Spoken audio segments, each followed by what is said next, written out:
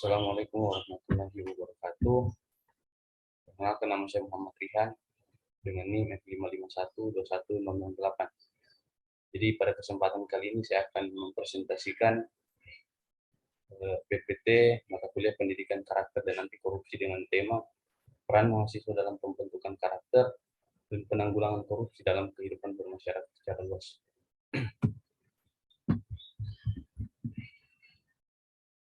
Jadi di dalam PPT ini terdapat dua bagian peran mahasiswa. Yang pertama itu peran mahasiswa dalam pembentukan karakter dan peran mahasiswa dalam penanggulangan korupsi.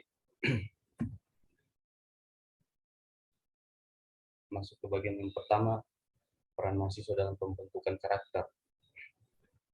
Peran mahasiswa dalam pembentukan karakter yang pertama itu ada agent of change atau agen perubahan. Alasan mengapa kita harus melakukan perubahan adalah karena perubahan itu sendiri merupakan harga mutlak dan pasti akan terjadi. Sadar atau tidak, telah banyak pembunuhan dan ketidakadilan yang mengubah semua ini.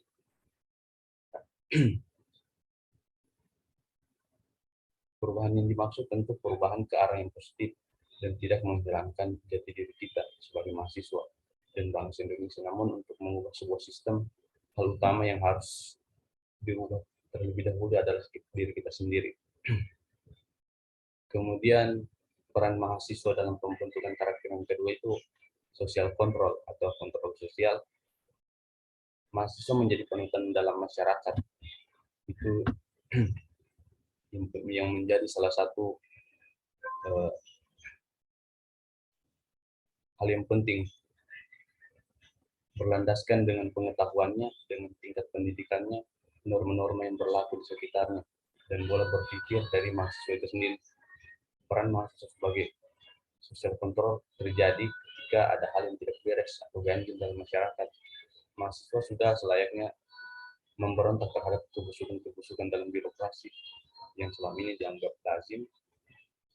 Kemudian tersebut tidak hanya diwujudkan dengan diam atau turun ke jalan saja, melainkan dari pemikiran-pemikiran cemerlang mahasiswa, diskusi-diskusi atau memberikan bantuan moral dan material kepada masyarakat dan bangsa kita dengan cara memberikan sumbangsi secara nyata.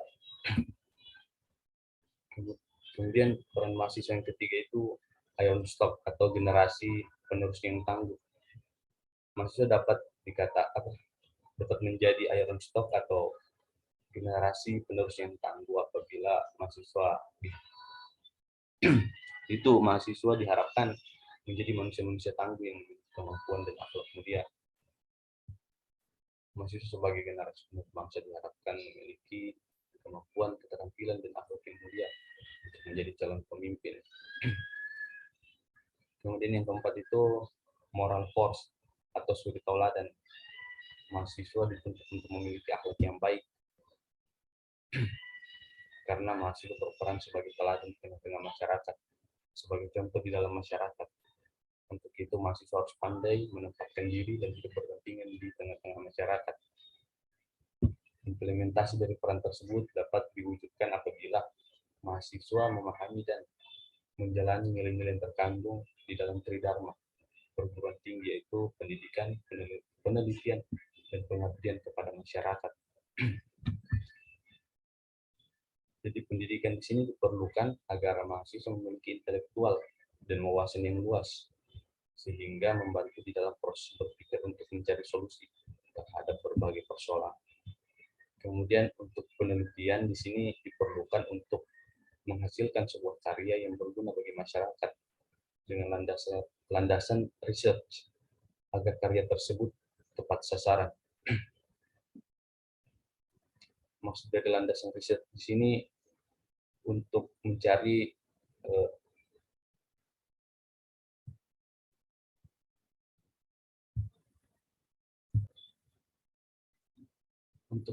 bukti-bukti yang tepat dan pasti.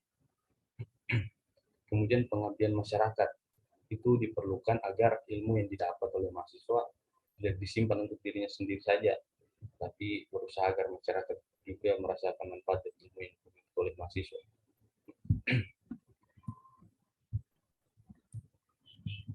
Kemudian lanjut dalam peran mahasiswa dalam penanggulangan korupsi. Jadi yang pertama itu di sini saya memberikan penjelasan mengenai apa itu korupsi. Jadi istilah korupsi berasal dari satu kata dalam bahasa Latin, yakni corruption atau corrupt, yang disalin ke berbagai bahasa. Misalnya disalin dalam bahasa Inggris menjadi corruption atau corrupt, dalam bahasa Perancis itu menjadi corruption, dan dalam bahasa Belanda disalin menjadi koruptif. Secara harfiah, istilah tersebut berarti segala macam perbuatan yang tidak baik. Menurut UU nomor 20 tahun 2001 tentang pemberantasan tindak pidana korupsi, yang termasuk dalam tindak pidana korupsi adalah setiap orang yang dikategorikan melawan hukum, melakukan perbuatan memperkaya diri sendiri, menguntungkan diri sendiri atau orang lain, atau suatu korporasi,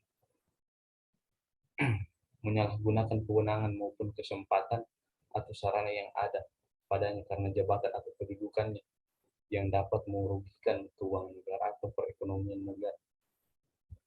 Dari beberapa definisi di atas dapat disimpulkan bahwa pengertian korupsi itu sendiri adalah perbuatan yang buruk seperti penggelapan uang, penerimaan suap, dan sebagainya untuk memperkaya dirinya sendiri, orang lain, atau korporasi yang mengakibatkan kerugian keuangan negara yang dilakukan oleh orang-orang yang memiliki kepentingan dan kekuasaan. Lanjut ke faktor-faktor penyebab korupsi. Di sini faktor-faktor penyebab korupsi ada faktor internal, faktor eksternal, faktor politik, faktor perilaku masyarakat, faktor hukum, dan faktor hukum. Faktor internal sendiri itu adalah faktor yang disebabkan oleh keinginan dari pelaku itu sendiri. Jadi hawa nafsunya sendiri. Faktor internal ini dapat dijabarkan dalam hal-hal berikut: kepribadian yang rakus, lemahnya akhlak dan moral, gaya hidup yang konsumtif atau terlalu boros, dan yang terakhir itu iman yang lemah. Kemudian untuk faktor eksternalnya, faktor ini merupakan faktor dari luar yang berasal dari situasi lingkungan yang mendukung seseorang untuk melakukan korupsi. Mungkin misalnya seperti lingkungan orang yang tidak baik yang mengajak untuk melakukan korupsi, yang dia pikir mungkin memiliki kesempatan dan punya teman untuk melakukan tindak pidana korupsi.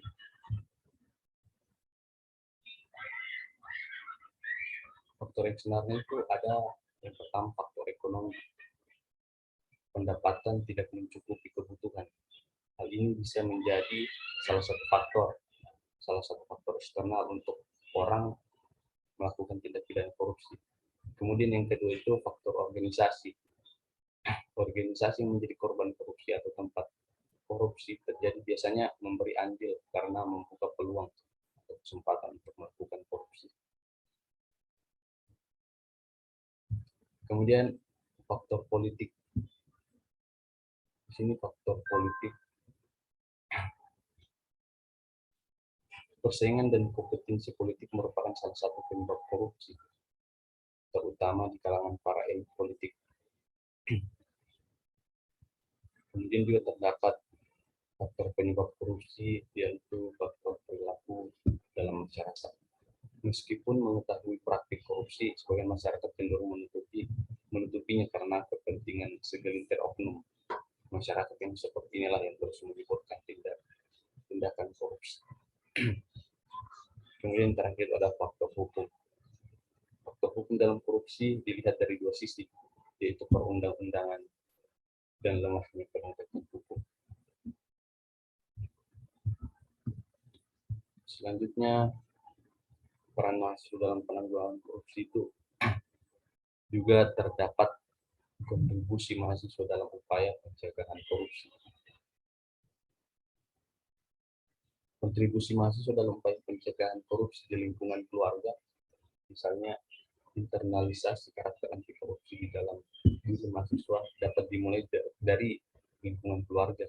Kegiatan tersebut dapat berupa melakukan pengamatan terhadap perilaku keseharian keluarga. Apabila ada yang janggal, mungkin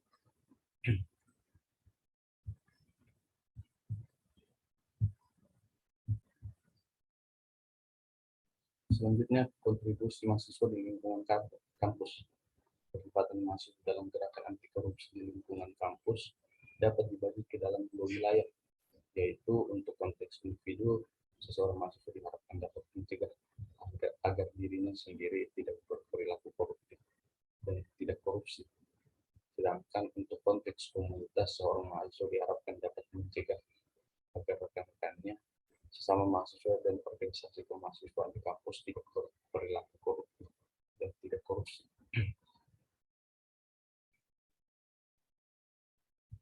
Selanjutnya di lingkungan masyarakat sekitar, gerakan anti korupsi di kalangan masyarakat dapat berupa pengamatan terhadap perilaku keseharian di lingkungan masyarakat sekitar.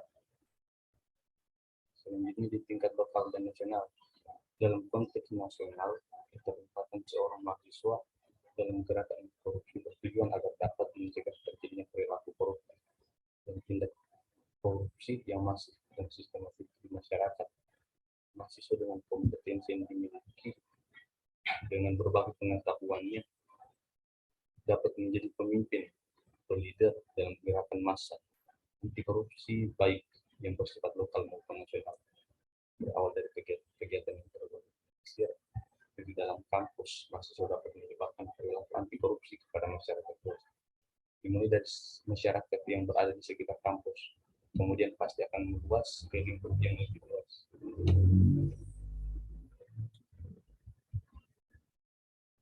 Baik, sekian pemaparan